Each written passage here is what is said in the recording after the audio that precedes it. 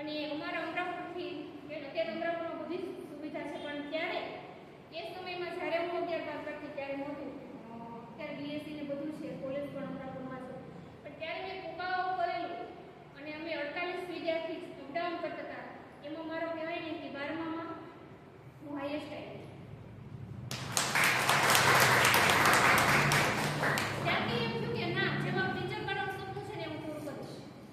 પણ કહેવાય ને કે પાંખું, પછી તમારી પાંખુંને કહેવાય ને સપનાને પાંખું મળી હતી. મારા સપનાને પાંખું મળી હતી, પણ પીટીસીમાં વારો આવ્યો. પીટીસી કરવામાં કહેવાય ને સેલ્ફ ફાઇનાન્સમાં એવું કામ કર્યું. પછી સપનું બીજું જોયું કે કંઈક બીજું કરીશ, પાર્લર શીખીશ, આવું કરીશ, કોલેજ કરવાનું. થોડોક ટાઈમ કોલેજ કરી, પણ અમારો સમાજ કાચી જ નથી. એટલે કે 4 દિવાલમાં રહેવા. તમારી દીકરીને મારી દીકરીને હું ભણવા પણ બહાર પણ ન જવા દો, અને કહેવાય ને કે મારી દીકરીને તો ન જવા દો, પણ તમારી બીજાની કોઈની દીકરી જતી હોય ને એને પણ હું ન જવા. એ સમાજ એટલે અમારો કાચી સમાજ, 4 દિવાલમાં રહેવાવાળો સમાજ. અને કહેવાય ને સપના હતા એ બધા ધીમે ધીમે પાંખું. મનમાં જે સપના હતા ને તમે રાખ્યા હતા, કારણ કે મારા શેષોના મારા બાળકોના જે સપના હતા ને એને મેં અંદર જાગૃત જ રાખ્યા હતા. અને સગાઈ થઈ તો કહેવામાં આવે કે ગામડામાં સગાઈ થઈ છે તો સપના તારા કંઈ પૂરા થશે નહીં. કાંઈ વાંધો નહીં, મેરેજ થયા તો પણ માઇન્ડમાં એક સપનું તો હતું જ, કંઈક બનવાનું, કંઈક કરવાનું. કોઈ પાસે હંમેશા હાથ લાંબો કરવાની મને નથી ગમતું.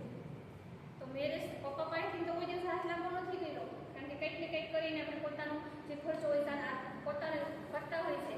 પણ મેરેજ ત્યારે હસબન્ડ પાસે હાથ લાંબો કરવો ને એ મને મંજૂર ન હતું.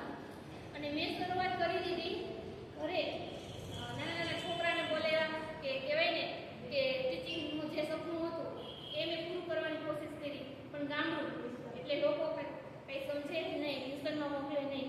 અને પછી ધીમે ધીમે કહેવાય કે એક સપનું હતું કે કંઈક કરવું છે, કાંઈક અલગ કરવું છે, જે અમારી લેડીઝ ભલે બધા ઘરે બેઠીને જેન્ટ્સ કામે ને લેડીઝ મોજ કરે, પણ મારે કંઈક કરવું મારા હાથ. તો કહેવાય ને કે મેં એક અગરબત્તીનું મશીન લીધું, એ કામ કરવાની શરૂઆત કરી, પણ એમાં પણ મને નિષ્ફળતા મળી. પછી કહેવાય કે સરે કહેવાય ને કે લેડીઝ આવે ને એટલે કંઈક જેન્ટ્સમાં પણ બદલાવ આવે છે. તો સરે અહીંયા રિપેરિંગ શીખવું ને અમે અમરેલીમાં આવ્યા. ત્યાંથી મને એવું લાગ્યું કે મારા જે સપના છે, જૂના સપના છે ને ધીમે ધીમે પાંખું મળશે, કારણ કે હવે હું શહેર સિટીમાં આવી છું. તો અહીંયા આવ્યા તો સરે એનું કામ શરૂ કર્યું, અને મેં મારો પુષ્કરાજ 1 વર્ષ ને 3 મહિનાનો હતો ને અમે અમરેલીમાં આવ્યા. અને કહેવાય ને કે તો અહીંયા આવીને મને એમ થયું હવે તો હું કંઈક કરીશ. ટ્યુશન ક્લાસીસનું કર્યું, પણ દરબારની લેડીઝ હતી કે એ તો 4 દિવાલની અંદર રહેવાવાળી છે, એની પાસે ટ્યુશનમાં છોકરાને કોણ મોકલે, એવા પ્રશ્ન આવ્યા. અને પછી મેં મારી ઇન્વિટેશનનું સાડીનું કર્યું. સાડી લેવા કહેવાય ને કે ઘણી લેડીઝને બહુ શોખ હોય છે કે ચાલો ને ઘરે બેઠા બેઠા પણ સાડીનું કામ કરો, વેચવાનું કામ કરીએ. તો અમે કહેવાય ને કે 140 કિલોમીટર ગાડી લઈ અને પુષ્કરાજ નાનો અને અમે સાડીને એવું લેવા જતા. મને એવું લાગતું હતું કે હું 5-10 હજાર રૂપિયા કમાવા માંડી છું, પણ કહેવાય ને કે જ્યારે આપણા સપના બહુ જોઈએ ને ત્યારે મુસીબત પણ ડગલે ને પગલે આવીને ઊભી રહેતી હોય છે. જે વ્યક્તિ સપના જોવે એને જ પ્રોબ્લેમ આવે છે, ઘરે બેઠા હોય પ્રોબ્લેમ આવતી નથી. અને કહેવાય ને કે કોરોના આવી ગયો, જે આપણા બિઝનેસ હતા એ બધાના બંધ. કોરોના આવી ગયો, કોરોનામાં પણ બહુ બધું સ્ટ્રગલ કરવું પડ્યું. અને ત્યારથી મારા નવી જિંદગી, મારી લાઈફની નવી જિંદગી, મારા સપનાને જે પાંખો કહેવાય ને કે મને એવું લાગતું હતું કે મારી પાંખો કપાઈ ગઈ છે, પણ વેસ્ટીજ, થેન્ક યુ વેસ્ટીજને હું દિલથી થેન્ક યુ કહીશ. કે મારા સપનામાં જે મારી પાંખો હતી ને એ વેસ્ટીજે મને પાછી 4 દિવાલમાં રહેવાવાળી લેડીઝ આજે તમારા લોકો સામે બોલી શકે છે. નહીંતર એક વ્યક્તિનો કોલ આવે ને કોઈ જેન્ટ્સનો તો હું રિસીવ ન કરું, કોનો કોલ હશે, હું એને વાત શું કરીશ. અત્યારે તમે મને 1000 કોઈ વ્યક્તિ હોય કે 100 કે 1000 વ્યક્તિ કોઈ મારી સામે બેઠો હોય, હું ગમે એની સ્પીચ આપી શકું છું. Thank you Vestige. હું મારી કહેવાય કે વેસ્ટીજની જર્નીની તમને બધા વાત શેર કરવા માંગુ. તો શરૂઆત કરેલી પહેલા જ મંથમાં શરૂઆત કરી અને ફાસ્ટેગ કરી દીધી. બિઝનેસ પ્લાન જોયો નહોતો, 300 વ્યૂની ફાસ્ટેગ કરી નાખ્યું.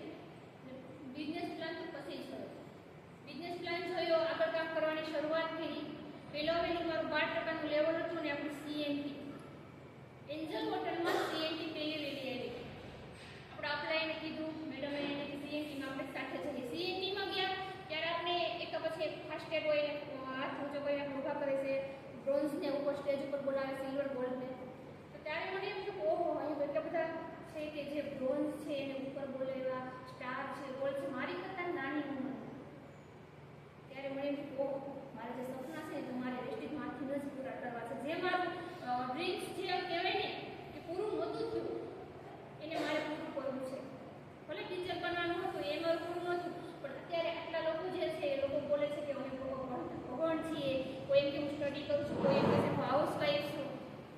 એ લોકો જો અત્યારે સ્ટેજ ઉપર આવીને બોલતા હોય તો મારું પણ ત્યારે મને એમ થયું કે હું પાછળ છું. વેસ્ટેજની શરૂઆત તો મેં કરી અને એ જ મંથમાં મેં બ્રોન્ઝ ડાયરેક્ટર કમ્પ્લીટ કર્યું 3 મંથ.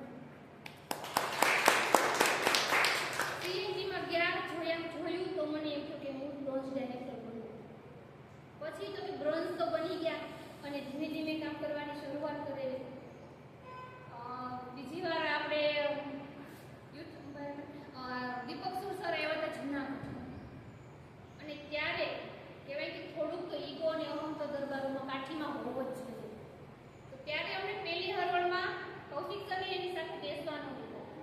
એમ કીધું કે તમે સ્ટાર છો તો જ તમારે આગળની હરોળમાં બેસવાનું, સ્ટાર એને અબાઉટ હોય એને આગળ બેસવાનું, બીજા બધાને પાછળ. ત્યારે એવું થયું કે નહીં, હવે તો કઈ એવો પ્રોગ્રામ હશે ને કંપનીનો, તો કંઈક એવું લેવલ હશે ને તો જ હું ત્યાં જઈશ, અને સ્ટાર તો મારે બનવું જ છે. 11 મંથમાં કહેવાય ને મંથ થયા મારા પૂરા. 3 મંથમાં મેં બ્રોન્ઝ કર્યું અને બ્રોન્ઝમાંથી સીધું મેં સ્ટાર 11 મંથમાં કમ્પ્લીટ કર્યું. સિલ્વર ગોલ્ડ બધું વચ્ચે આવી ગયું. એક જ મંથમાં મેં સ્ટાર ડાયરેક્ટર લેવલ કમ્પ્લીટ કર્યું. સ્ટાર ડાયરેક્ટર કમ્પ્લીટ કરવા માટે કહેવાય ને કે ચાર વહારા આપણે કહેવાય ને કે ડબલ પીવી અત્યારે આપણા બધા માટે બેસ્ટ ઓફર છે કે આપણે લેવલને અપ કરવાની. ડબલ પીવી મારા માટે બેસ્ટ કામ કર્યું મેં એમાં, અને રાત દિવસ અમે ગણ્યા સ્ટાર બનવાનું. માઇન્ડમાં કે સ્ટાર રસ બનશે. સ્ટાર બની અને એકવાર આગળની જે સોફો છે ને જે ચેર છે ત્યાં બેસવું છે. તો માઇન્ડમાં એક વિચાર કરી લીધો અને બેસવા માટે કહેવાય કે રાત દિવસ એક કર્યા. 2 લાઈન ક્વોલિફાઈ થઈ ગઈ, ત્રીજી લાઈન ક્વોલિફાઈ કરવાની હતી સ્ટાર માટે, અને 2200 પીવી ઘટતા હતા. 2 દિવસમાં એક જ દિવસમાં એક ઓર્ડર આવ્યો અને અમારું આપણે એક ચાહ હતી ને તો આપણે ભગવાનને રાહ પણ આપી દીધી. તો એક જ દિવસમાં મેં એ 2200 પીવી આવ્યા અને સ્ટાર ડાયરેક્ટનું લેવલ કમ્પ્લીટ કર્યું. પુષ્પરાજ નાનો એને ભેગો લઈને જાઓ, વરસાદ. અત્યારે કાલે જ અમે બે વાત કરી કે આ જે વીજળીનો છે આ જે રૂટ છે ને એ આપણી લાઈફમાં કોઈ દી નહીં ભૂલે. જ્યારે અમુક જગ્યાએ અમે જમાઈશું ને એ મને યાદ છે. પુષ્પરાજને પાણી પીવું હોય, પાણી બોટલ ભેગી હોય ન હોય એ પણ અમને યાદ છે કે આ જગ્યાએ અમે અહીંથી પાણી માંગ્યું. વરસાદ હોય, ચાલુ વરસાદે તો જતા હોય ને ક્યારેક રેનકોટ ન હોય, અચાનક વરસાદ આવી ગયો હોય તો ત્રણેય પલળવાના હોય તો એવું ઝાડ ગોતતા હોય એ અમને યાદ હોય કે આ ઝાડ નીચે આપણે ઊભા રહી ગયા હતા.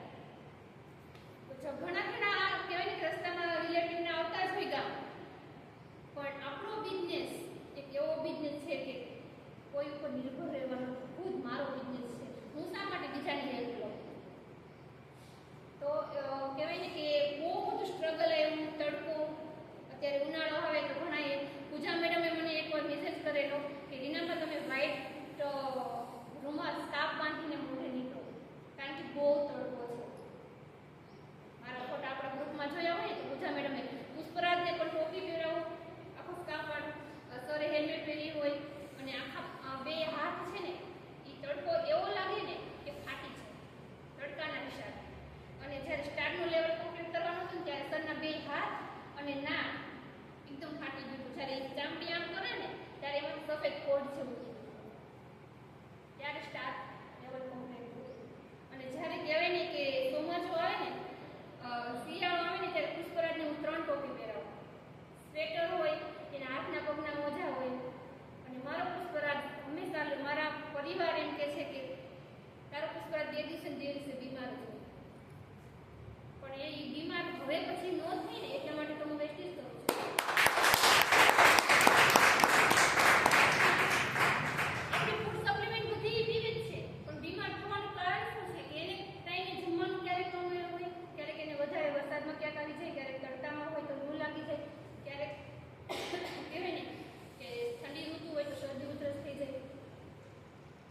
પણ આવનારા સમયમાં મારો પુષ્પરાજ મારી કહેવાય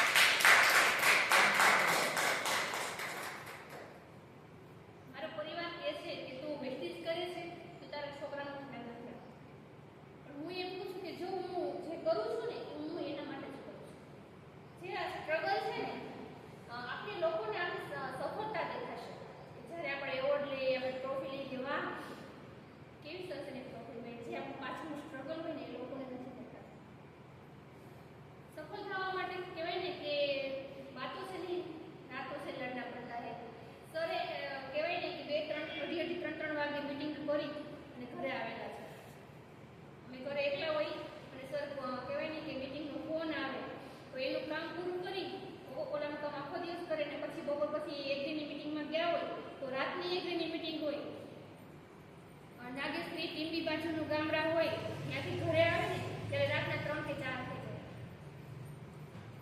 તો આપણા વેસ્ટેજ આપણા સપનાને પૂરા કરવા માટે આપણે बातों से नहीं रातों से लड़ना पड़ता है. सफल होने के लिए कोई शॉर्टकट नहीं है, मेहनत करनी जरूरी है. कहेवाय ने कि स्टार डायरेक्टर लेवल कम्प्लीट કર્યું પછી તો કે આગળનું કામ કરતા કરતા આપણે ડ્રીમ્સ આપણે જે સપનું હતું મારું કે બાલિસ્ટરને મળવું, દીપક સુરસને તો મળ્યા અને પછી બાલિસ્ટરને મળવું. જ્યારે કહેવાય ને કે બીજી વાર અમે સુરત ગયા અને પેલી આપણે કહેવાય ને કે સ્ટાર એન્ડ અબાઉટની આગળની સીટ હોય ત્યાં બેસવાનો મોકો મળ્યો ને ત્યારે એમ થયું કે જે મેં કીધેલું ને કે જૂનાગઢ કે મારે આગળની ચેરે બેહવું છે એ મેં પૂરું કર્યું. અને ત્યારે આપણે પ્રાઉડ થાય કે મેં આ કરી બતાવ્યું. જે એક લેડીઝ ચાર દિવાલમાં રહેવાવાળી અને કહેવાય કે માથે ઊંટો ઓઢીને રહેવાવાળી લેડીઝ આજે હું મારા અને મારા પરિવારના સપના છે ને એને હું સ્ટ્રોંગ બનાવું છું કે નહીં આ તો આપણે પૂરું કરવાનું છે. તો ત્યારે પછી કહેવાય કે બાલિસ્ટરને મળ્યા ત્યારે એમ થયું કે ઓહ એક જે આપણા વેસ્ટેજના ગોડફાધર એ આપણી સાથે બેસે અને આપણી સાથે વાતો કરે. એવું કોઈ બિઝનેસ નથી કે એવું કોઈ મોટું માણસ હોય તો આપણે એની પાસે જતા પણ હિચકિચાતા હોય એની પાસે કેમ જવું. એક નાની એવી જોબ કરતા હશું ને તો એ આપણા બોસ હશે ને બોસમાં કંઈ નહીં હોય પણ એની પાસે બોલતા આપણે ખાતું છે કેમ એની સાથે બોલ. પણ ગૌતમ બાલિસ્ટર સાથે કહેવાય કે બેઠા એની સાથે ડિનર કર્યું એ અલગ જ અનુભવ છે જે હું શબ્દોમાં તમારી સાથે શેર ન કરી શકું. આપણે બધા જ્યારે એ બાલિસ્ટરને મળશું ને ત્યારે જ આપણે એક ફીલ કરશું કે એ એક અનુભવ કેવો છે. જ્યારે કહેવાય ને કે અમદાવાદ આપણે મહાત્મા ગાંધી હોલ ત્યારે આપણે એવોર્ડ ફંક્શન હતું સ્ટારની ટ્રોફી લીધી 8 થી 10,000 લોકો હતા અને ત્યારે એમ કહેવામાં આવ્યું કે રીના બાધા છે. ત્યારે મને પ્રાઉડ થયું કે જે મારું સપનું હતું તે મારું નામ બનાવવાનું. હંમેશા કહેવાય ને કે એક નામ મારું ખૂટતું હતું. ત્યારે પપ્પાના ઘરે થોડુંક નામ હતું પણ મેરેજ થયા ને તો પછી કોઈ મને મારા નામથી નહોતું ઓળખતું. હા છે એમના વાઈફ પણ મારું ક્યાંય નામ નહોતું. તો આજે કહેવાય કે મને લોકો મારા નામથી ઓળખે છે કે રીના બાધા કરે છે. કહેવાય ને કે કાઠી ક્ષત્રિય છું તો બહાર જતા લોકો સાથે વાત કરતા મિટિંગ કરતા થોડીક શરમ તો અનુભવાય. એમ છે કે ઓ દબાણ થઈને આ લોકોની સાથે જઈશ કેવું લાગશે, એ પેલું કેવું વિચારશે કે ભાઈ આપણી નાતના બેન છે મિટિંગ કરવા આવ્યા એવો વિચાર માઇન્ડમાં આવે. તરત જ મને મારા સપનું યાદ આવે છે કે મેં વેસ્ટેજ શા માટે શરૂ કર્યું છે. મારા સપનાને પૂરા કરવા માટે મારા પુષ્કરાજ માટે મેં વેસ્ટેજ કરેલું છે. અને મારું એક ડ્રીમ્સ છે કે મારા હસબન્ડને જે સરને જે ગાડી એને જે ગાડી ગમે ને એ ગાડી મારે એને ગિફ્ટ કરવી છે.